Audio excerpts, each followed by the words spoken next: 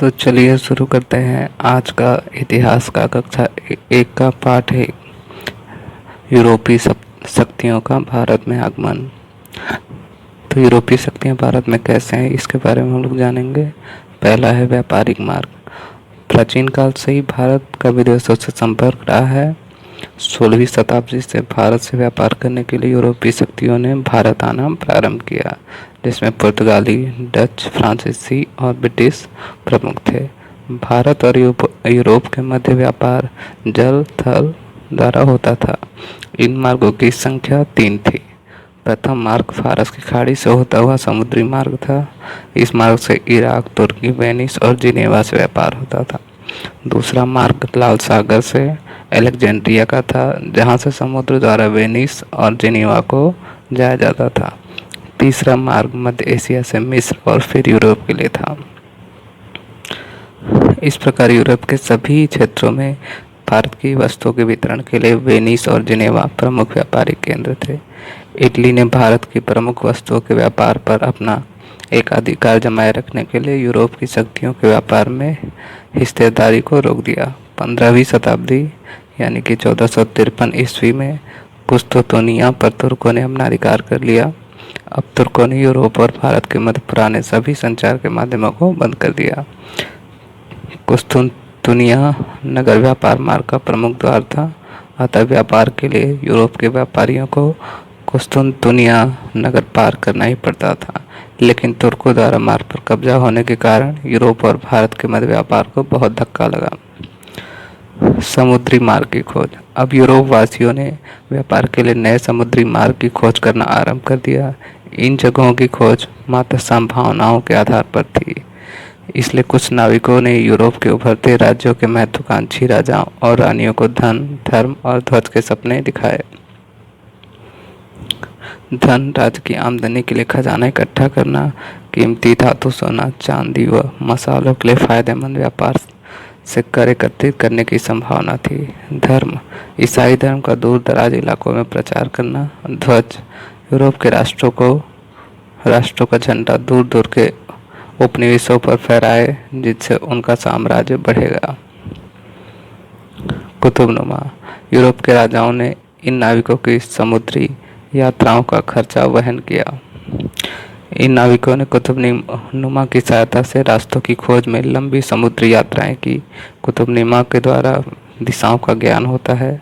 भारत की खोज में निकले स्पेन निवासी कोलंबस ने अमेरिका की खोज की तथा पुर्तगाल निवासी वास्को डी गामा अपने लंबी जल यात्रा के दौरान अफ्रीका के दक्षिणी छोर से होते हुए भारत के पश्चिमी समुद्र के कालीकट बंदरगाह पर पहुंच गया। अब पुर्तगालियों को हिंद महासागर होते हुए पूर्वी द्वीप समूह का नया जल मार्ग मिल गया। अब यूरोप और भारत के मध्य व्यापार पुनः आरंभ हो गए। यूरोपीय व्यापार। पुर्तगालियों ने हिंद महासागर के माध्यम से होने वाले व्यापार पर अपना अधिकार कर लिया। वे सोना चांदी लाते और हमारे देश से सूती, रेशमी कपड़े और विभिन्न मसाले ले जाते थे और बहुत मुनाफा कमाते थे। पुर्तगाल की मजबूत नौसेना के कारण हिंद महासागर से कोई दूसरा देश पुर्तगाल की इजाज़त के बिना जहाज नहीं ले जा सकता था। वास्को डी गामा के भारत पहुंचने के बाद एक एक करके हॉलैंड, फ्रांस और इंग्लैंड के व्यापारी भारत आने लगे। भारत में यूरोपीय व्यापारियों की होड़। व्यापार के लिए धन, लंबी यात्रा करने वाले जहाज तथा नाविकों, तीनों साधनों का बहुत महत्व था। इन साधनों को प्राप्त करने के लिए कुछ अमीर यूरोपीय व्यापारियों ने 17वीं शताब्दी की शुरुआत में यानी 1600 से 1670 ईस्वी के बीच व्यापारिक कंपनियां स्थापित की।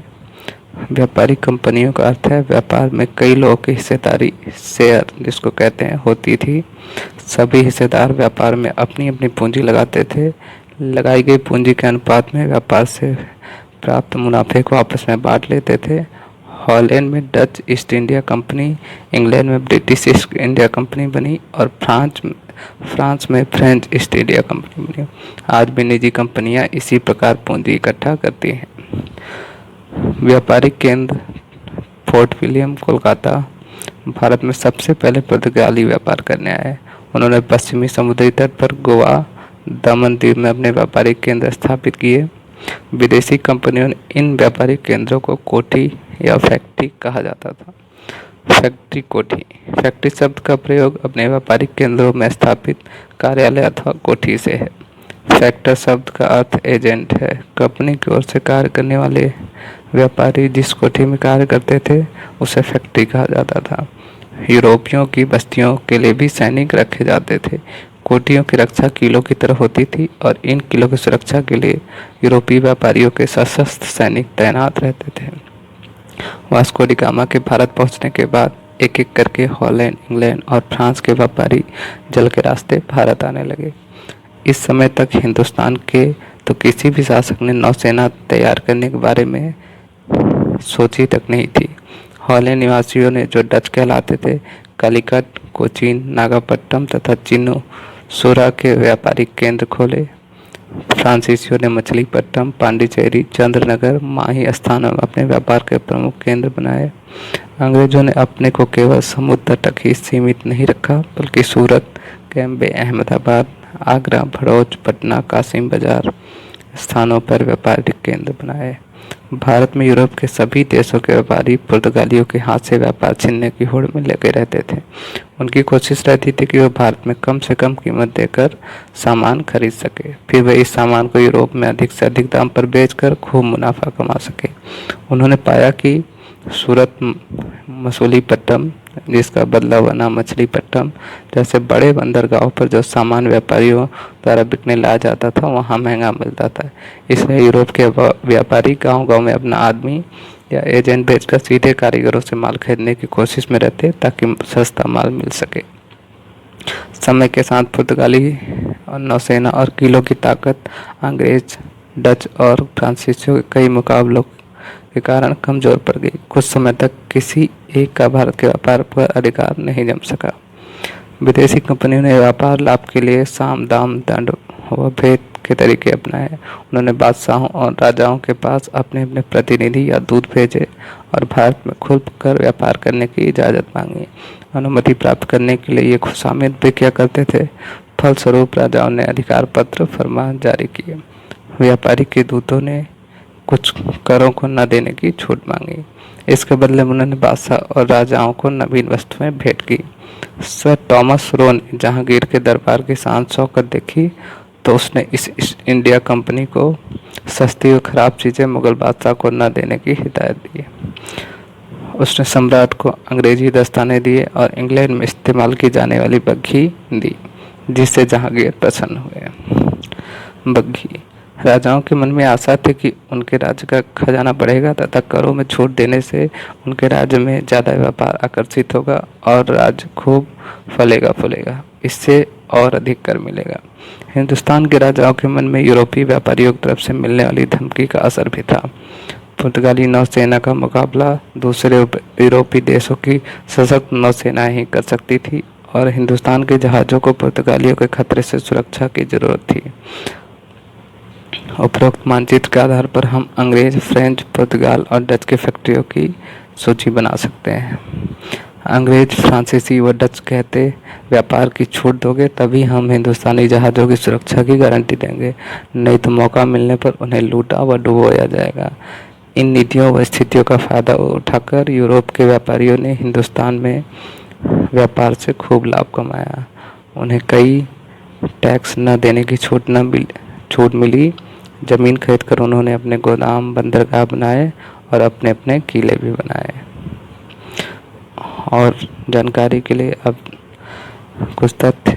यूरोपियों द्वारा मसालों का प्रयोग स्वाद के लिए नहीं बल्कि मांस को सड़ने से बचाने के लिए भी किया जाता था, जिससे कई माह तक, महीनों तक उसे सुरक्षित रख सकें।